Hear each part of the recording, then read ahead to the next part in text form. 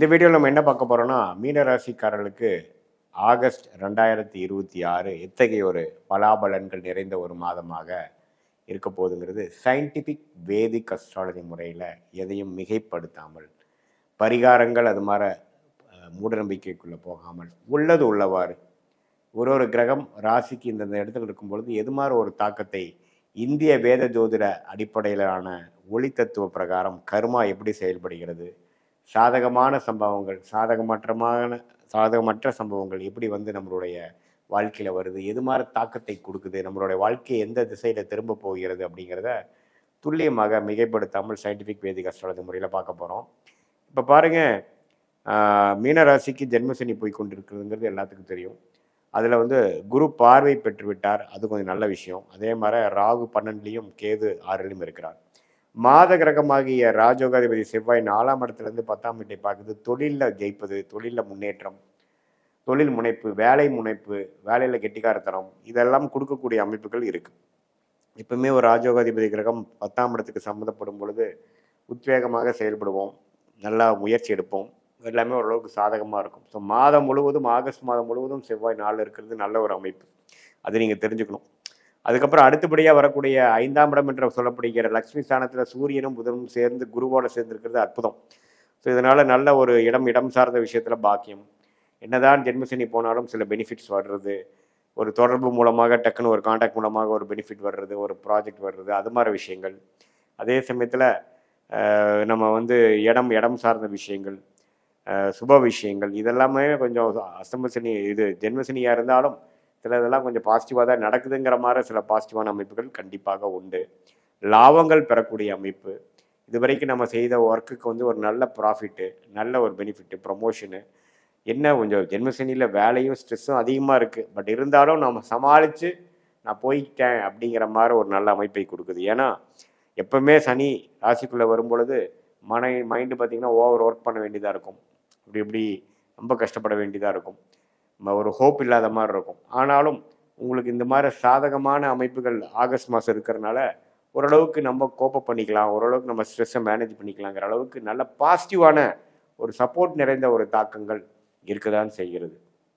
So இதுதான் நீங்கள் தெரிஞ்சிக்கக்கூடிய அமைப்புகள். அதே மாதிரி மற்ற கிரகம் பாருங்கள், சுக்கிரன் ராசிக்கு 7ஆம் இடத்துல இருந்து ராசியை பார்க்குறார், ஆனால் சனி செவ்வாயால் பார்க்கப்படுகிறார். ஸோ அதனால் அந்த நட்பு விஷயத்தில், பெண்கள் விஷயத்தில் கொஞ்சம் கேர்ஃபுல்லாக இருக்கணும்.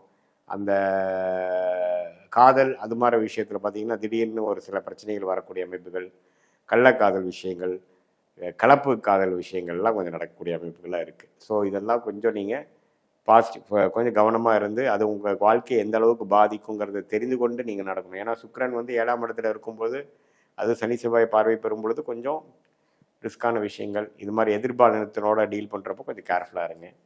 மற்றபடி பார்த்திங்கன்னா மற்ற கிரக அமைப்பெல்லாம் கொஞ்சம் நல்லா தான் இருக்குது. ஜென்மசனி தாக்கத்தில் இருக்கக்கூடிய நீங்கள் ஓரளவுக்கு சமாளிக்கக்கூடிய ஒரு மாதமாக, ஓரளவுக்கு பெரிய பாதிப்பு இல்லாமல் உத்வேகம் குறையாமல் வரக்கூடிய ஒரு மாதமாக இந்த ஆகஸ்ட் மாதம் வருது. மாணவர்கள் பார்த்திங்கன்னா கொஞ்சம் நல்லா ஹார்ட் ஒர்க் பண்ணி படிக்க வேண்டியதாக இருக்கும், லாங் ஹவர்ஸ் படிக்க வேண்டியதாக இருக்கும். அப்பப்போ அவங்க பண்ணுற சில தவறுகளுக்காக திட்டு வாங்குறது, பிரச்சனை ஆகிறது, ஸ்கூலில் கொஞ்சம் பிரச்சனை ஆகிறது, அது மாதிரி விஷயங்கள்லாம் கொஞ்சம் இருக்கும். அதே மாதிரி கொஞ்சம் நடுத்தர வயதினர்கள்லாம் பார்த்திங்கன்னா ஒரு எக்ஸாம் ப்ரிப்பேர் பண்ணுறாங்க, ஒரு ஜாபுக்கு பண்ணுறாங்கன்னா முதல் படியே அது சக்ஸஸ் வராமல் ஒரு 2-3 படி போய் தான் வரக்கூடிய அமைப்புகள் கொஞ்சம் கொடுக்கும். அதே மாதிரி நடுத்தர வயதினர் வியாபாரம் அது மாதிரி இருக்கிறவங்களுக்கும் பார்த்திங்கன்னா ஒரு டைமும் மனக்கலக்கத்தை கொடுக்குற மாதிரி சில விஷயங்கள் தான் அப்புறம் ஓரளவுக்கு பாசிட்டிவாக நடக்கும். அதே மாதிரி மூத்த குடிமகன்கள், சீனியர் சிட்டிசன்ஸ்க்கெலாம் பார்த்திங்கன்னா கொஞ்சம் உடம்பு உபாதைகள் அது மாதிரி விஷயங்கள்லாம் போகிற மாதிரி இருக்கும். ஸோ பொதுவாக ஓரளவுக்கு குருவின் பார்வை ஜென்மசனிக்கு இருக்கக்கூடிய அமைப்புக்கு வந்தனால சாதகமான சில கிரகங்கள் இருக்கிறனால மீனராசிக்காரங்க ரொம்ப பயப்பட வேண்டிய அவசியம் இல்லை. ஓரளவுக்கு சாதகமான அமைப்பு தான் இருக்குது, நீங்கள் சமாளித்து வந்து விடுவீர்கள் என்றது தான் காட்டுதுங்கிறது நம்ம தெரிஞ்சுக்கிறோம். இது ஒரு பொதுவான பலனை தவிர உங்களுடைய ஜென்ம ஜாதகத்தில் பிறந்த தேதி, பிறந்த நேரம், பிறந்த உரை வைத்து திருக்கணித பஞ்சாங்கத்தில் ஜாதகத்தை போட்டு அதில் நம்ம பார்க்கும் பொழுது சயின்டிஃபிக் வேதிக் அஸ்ட்ராலஜி முறையில் துல்லியமாக பார்க்கலாம். அடுத்து வரக்கூடிய காலம் எப்படி மாற ஒரு வாழ்க்கை இருக்குது, நமக்கு அடுத்த திசை எப்படி திரும்புது, நமக்கு டைரக்ஷன், லைஃப் டைரக்ஷன் எப்படி போகுது, நம்மளோட இன்ட்ரெஸ்ட்டுக்கும் நடக்கக்கூடிய விஷயத்துக்கும் மேட்ச் ஆகுதா, நமக்கு இருக்கக்கூடிய சாய்ஸில் எந்த சாய்ஸ் எடுக்கலாம், எது மாதிரி சாதகமான பலன்கள் நம்ம எதிர்பார்க்கலாம், நம்மளுடைய பிராப்தங்கள் என்ன, நம்ம தோஷங்கள் என்ன, நம்ம யோகமான தொழில் என்ன, யோகமான வேலை என்ன, யோகமான படிப்பு என்ன, எது மாதிரி விஷயத்தில் போகலாம், எப்போ வியாபாரம் பண்ணலாம், எப்போ நம்ம தொழில் அமைக்கலாம், அல்லது வேலையிலேயே இருக்கலாமா, வேலைன்னு எடுத்துட்டோம்னா வெளிநாடா உள்நாடா, உள்நாடாக இருந்தால் வெளி மாநிலமா, அல்லது நம்மளுடைய ஓன் ஊரா, அல்லது பூர்வீகம் உள்ள சொத்துக்கள் எப்போ வரும், அதே சமயத்தில் வேலையில் அரசு வேலையா, அல்லது கார்ப்பரேட் லைஃபா, ப்ரைவேட் செக்டாரா, எது மாதிரி விஷயங்கள் இருக்குது, இம்போர்ட் எக்ஸ்போர்ட் ரிலேட்டடாக பண்ணலாமா, இது மாதிரி தொடர்புகள் நமக்கு நல்லதாக கொடுக்கும் அப்படிங்கிறது. அப்புறம் ஃபேமிலி, குழந்தைகள், மேரேஜ், அது மாதிரி விஷயங்களும் பார்க்கக்கூடிய எந்த ஒரு கேள்வியாக இருந்தாலும் சயின்டிஃபிக் வேதிக் அஸ்ட்ராலஜி மூலமாக உங்கள் ஜாதகத்தை பிறந்த தேதி, பிறந்த நேரம் வைத்து, பிறந்த உரை வைத்து துல்லியமாக போட்டு டிகிரி அடிப்படையில் பார்த்து அடுத்து வரக்கூடிய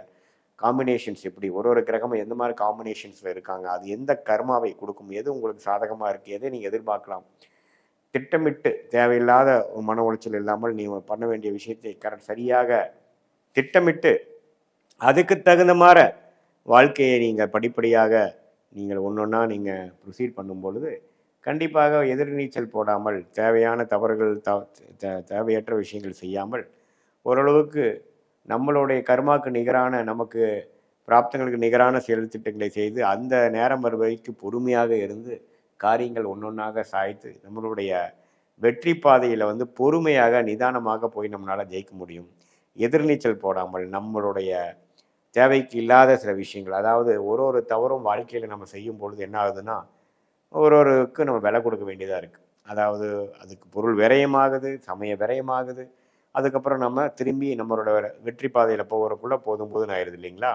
ஸோ அதனால உங்களுடைய டைம் எப்படி இருக்குது, நம்மளுடைய பிராப்தங்கள் என்ன இருக்குன்னு முதலே தெரிந்து அதுக்கு தகுந்த மாதிரி சாய்ஸ் நம்ம போயிட்டோம்னா தேவையற்ற விரயங்கள், தேவையற்ற தவறான முடிவுகளுக்கு அதனால் வரக்கூடிய பாதிப்புகள் எல்லாம் தவிர்த்து வாழ்க்கையில் வந்து நம்மளுடைய கர்மா எப்படி இருக்குது, நமக்கு யோகமான ஒரு ரூட் என்ன, சயின்டிஃபிக் வேதிக் அஸ்ட்ராலஜி என்ன சொல்லுது, நம்மளுடைய லக்னம் எப்படி இருக்குது, ராசி எப்படி இருக்குது, தசா புக்தி அந்தர சூக்ஷமங்கள் எப்படி இருக்குது, தசநாதன் புக்திநாதன் இப்போ நம்ம சொன்ன கோச்சார பொது பலனில் எப்படி வருதுங்கிறது ரெண்டையும் சேர்த்து வைத்து தசா புக்திகளும் அதே மாதிரி கோச்சார அமைப்புகளும் சேர்த்து வைத்து பார்க்கும் பொழுது இன்னுமே துல்லியமான பலன்கள் நம்ம வந்து எடுக்க முடியும். அது மூலமாக நமக்கு கிளாரிட்டி வரும்.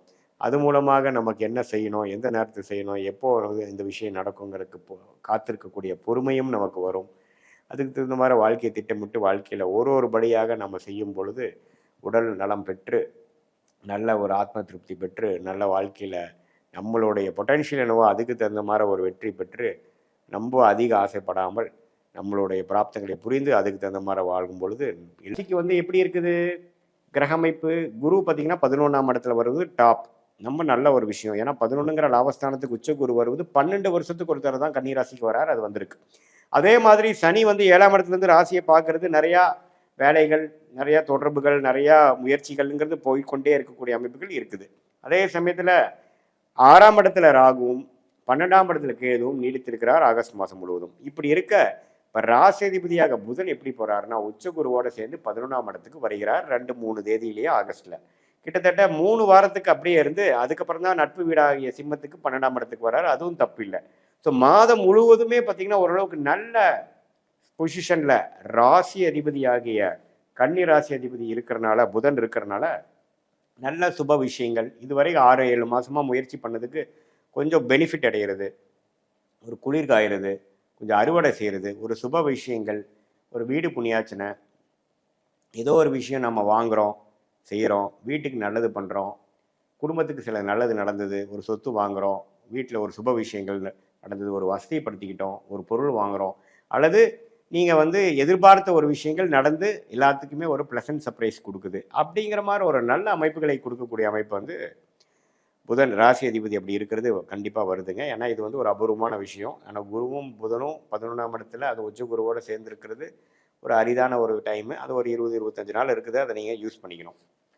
ஸோ அதே மாதிரி உங்களுக்கு சுக்கிரனே பார்த்தீங்கன்னா ராசிக்குள்ளேயே இருக்கிறார். ராசி அதிபதி சுக்கிரனே ராசிக்குள்ளே இருந்தாலும் அவர் செவ்வாய் பார்வையும் சனி பார்வையும் பெறுவதனால கொஞ்சம் டென்ஷன், அந்த நேரத்தில் நீங்கள் கொஞ்சம் டென்ஷன் ஆகிற அமைப்புகளும் இருக்குது. கொஞ்சம் அது ஆயிருமா ஆயிராதாங்கிற மாதிரி இருக்கும். நிறைய அலைச்சல்கள் எல்லாமே உங்கள் தலையில் தான் விடிகிற மாதிரி ஒரு அமைப்புகள், அதெல்லாம் கொஞ்சம் எதிர்பார்க்கலாம். மற்றபடி பார்த்தீங்கன்னா ஒன்றும் பிரச்சனை இல்லை. செவ்வாய் 10ல் இருக்கிறது நல்ல முயற்சி. நீங்கள் என்ன நினைக்கிறீங்களோ அதில் தீர்க்கமாக செய்யக்கூடிய ஒரு அமைப்பு. நல்லா வந்து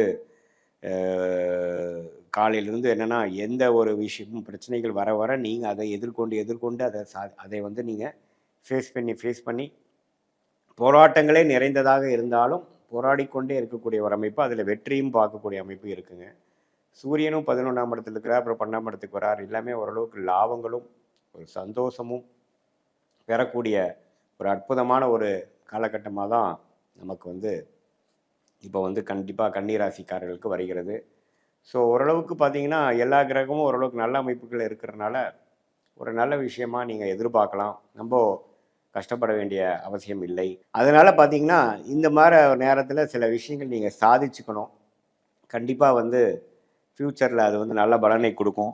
படிக்கிற ஐடி துறையில் இருக்கிறவங்க, ஆர்டிஃபிஷியல் இன்டெலிஜென்ஸுங்க புதுசாக வரக்கூடிய அமைப்பு, எலக்ட்ரானிக்கு, இது எல்லாத்துலேயுமே புதிய யுக்திகள் வரக்கூடிய லேட்டஸ்ட் டெக்னாலஜி வரக்கூடியவங்களுக்கு நல்ல ஒரு முன்னேற்றம், நல்ல ஒரு வாய்ப்பு, நல்ல ஒரு வேலை வாய்ப்பு, நல்ல ஒரு முன்னேற்றம். ஆல்ரெடி அது இருக்கிறவங்களுக்கு நல்ல ஒரு ப்ரொமோஷன், அது மாதிரி விஷயங்கள் கிடைக்குதுங்க. அதே மாதிரி அக்கௌண்ட்டு ஆடிட்டிங் லைனில் இருக்கிறவங்களுக்கு நல்ல ஒரு அமைப்பு கிடைக்குது. மற்றபடி பார்த்திங்கன்னா அரசியல் சார்ந்த விஷயங்கள், பவர், எலக்ட்ரானிக்ஸ், அது மாதிரி விஷயத்தில் இருக்கிறவங்களுக்கு நல்ல முன்னேற்றங்களை கொடுக்கக்கூடிய அமைப்பு வந்து கண்டிப்பாக இந்த அமைப்பு ஆகஸ்ட் மாதம் 2026 வந்து தவறே இல்லாமல் இருக்குது. இந்த வாய்ப்பை வந்து கொஞ்சம் கரெக்டாக யூஸ் பண்ணிக்கணும்.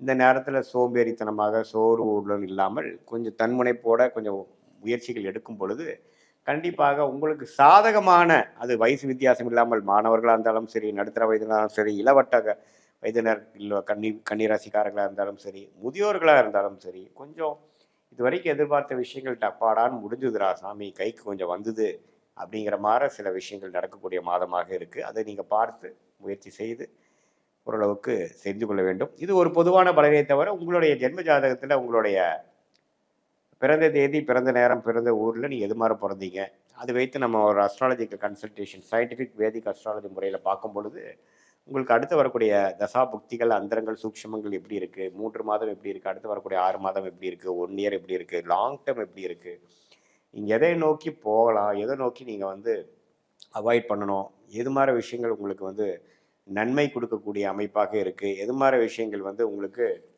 அவ்வளோ பாசிட்டிவாக இல்லை, உங்களுக்கு யோகமான கிரகம் என்ன, உங்கள் யோகத்தை வந்து நீங்கள் எப்படி புரிந்து கொண்டு அது மாதிரி துறையில் எப்படி போகிறது, எந்த மாதிரி டைமில் நீங்கள் மாறலாம், எந்த மாதிரி டைமில் வந்து உங்களுக்கு தகுந்ததாக இருக்குது, வேலை மாறுதலுக்கு எப்போ நல்ல விஷயம், தொழில் அபிவிருத்தி எப்போ, தொழில் எப்போ ஆரம்பிக்கலாம், இடம் எப்போ வாங்கலாம், கடன் எப்போ குறையும், அது மாதிரி எல்லா காலகட்டத்துக்கும் கன்னிராசிக்காரர்கள் உங்களுக்கு எது மாதிரி விஷயங்கள் நம்ம பண்ணணும் அப்படிங்கிறது வந்து உங்களுடைய ஜாதகத்தில் எது மாதிரி அமைப்புகள் இருக்குது, பாஸ்ட் இப்போ எப்படி நடந்திருக்கு, ஃப்யூச்சர் எப்படி இருக்குது, எது மாதிரி லைனில் போனால் நமக்கு ஜெயிக்க முடியும், நம்ம டைரக்ஷன் என்ன, எந்த சாய்ஸ் எடுக்கலாங்கிறது சயின்டிஃபிக் வேதிக் அஸ்ட்ராலஜி முறை எதையும் மிகைப்படுத்தாமல் உள்ளது உள்ளவாறு நாம் பார்க்கும் பொழுது நம்மளுடைய கர்மாவை நாமளே தெரிந்து கொண்டு அதுக்கு தகுந்த மாதிரி வாழ்க்கை பயணத்தை நாமளே மேற்கொள்ளும் போது சிரமமின்றி எதிர்நீச்சல் போடாமல் நம்மளுடைய வாய்ப்புகள் என்னவோ அதையே நம்ம கொஞ்சம் முழுசாக பார்த்து அதுக்கு தகுந்த மாதிரி நம்மளுடைய முயற்சிகளாக இருக்கட்டும், நம்மளுடைய சாய்ஸஸாக இருக்கட்டும், எல்லா விஷயமும் பார்த்திங்கன்னா அதுக்கு தகுந்த மாதிரி நம்மளுடைய ஜாதகம் என்ன சொல்லுது, நம்ம டைம் என்ன சொல்லுது, அதுக்கு தகுந்த மாதிரி ஒரு முடிவுகளையும் அந்த நேரம் தான் முக்கியம். இப்போ பார்த்திங்கன்னா எல்லா நேரத்துலையும் ஒரே மாதிரி இருக்கிறது இல்லை, நமக்கு சில டைம்ஸ் சாதகமான நேரங்கள் இருக்குது, சாதகமற்ற நேரங்கள் இருக்குது. ஸோ அந்த மாதிரி விஷயத்தை நம்ம வந்து ஓரளவுக்கு என்னங்கிறது பார்த்து அதுக்கு பிரகாரம் நம்ம போகும்பொழுது வாழ்க்கையில் எளிதில் ஜெயிக்கலாம். தேவையில்லாமல் நமக்கு வந்து ஒரு யோகமான தொழிலை விட்டுட்டு தேவையில்லாத ஒரு வேலையை பண்ணும் பொழுது அதில் பெரிய என்னதான் முயற்சிகள் போட்டாலும் பார்த்திங்கன்னா பெரிய லாபங்கள் வராது. ஸோ நமக்கு எந்த கிரகம் நமக்கு நல்லா இருக்குது அப்படிங்கிறத தெரிஞ்சுக்கணும். எது மாதிரி டைமில் நம்ம வந்து அது மாதிரி ரிஸ்க் எடுக்கலாம், எது மாதிரி டைமில் கல்யாணம் பண்ணுறது, நமக்கு ஏர்லி மேரேஜா, லேட் மேரேஜா, அல்லது திருமணம் காதல் திருமணமா, அரேஞ்ச் மேரேஜ் வர மாதிரி எப்படி இருக்கா, நம்மளோட ஜாதகத்தில் சுக்கிரன் எப்படி இருக்கார், நம்ம ஜாதகத்தில் 7ஆம் இடங்கிற திருமண ஸ்தானம் எப்படி இருக்குது, லக்னம் எப்படி இருக்குது, லக்னாதிபதி எப்படி இருக்குது, செவ்வாய் எப்படி இருக்குது, இது மூலமாக நம்மளுடைய தொழில் அமைப்புகள், வேலை அமைப்புகள், நம்ம படிப்பு, நம்மளோட முன்னேற்றங்கள், நம்மளோட இன்ட்ரெஸ்ட்டு, இது எல்லாம் எதை நோக்கி போய் கொண்டு இருக்கிறதுங்கிறத சயின்டிஃபிக் வேதிக் அஸ்ட்ராலஜி முறையில் தெரிந்து கொண்டு அதுக்கு தகுந்த மாதிரி முடிவுகள் எடுக்கும் பொழுது வாழ்க்கையில் எளிதில் வெற்றி பெற முடியும் என்று சொல்ல விரும்புகிறேன். மீண்டும் மற்றொரு காணொலியில் சந்திப்போம். நன்றி, வணக்கம்.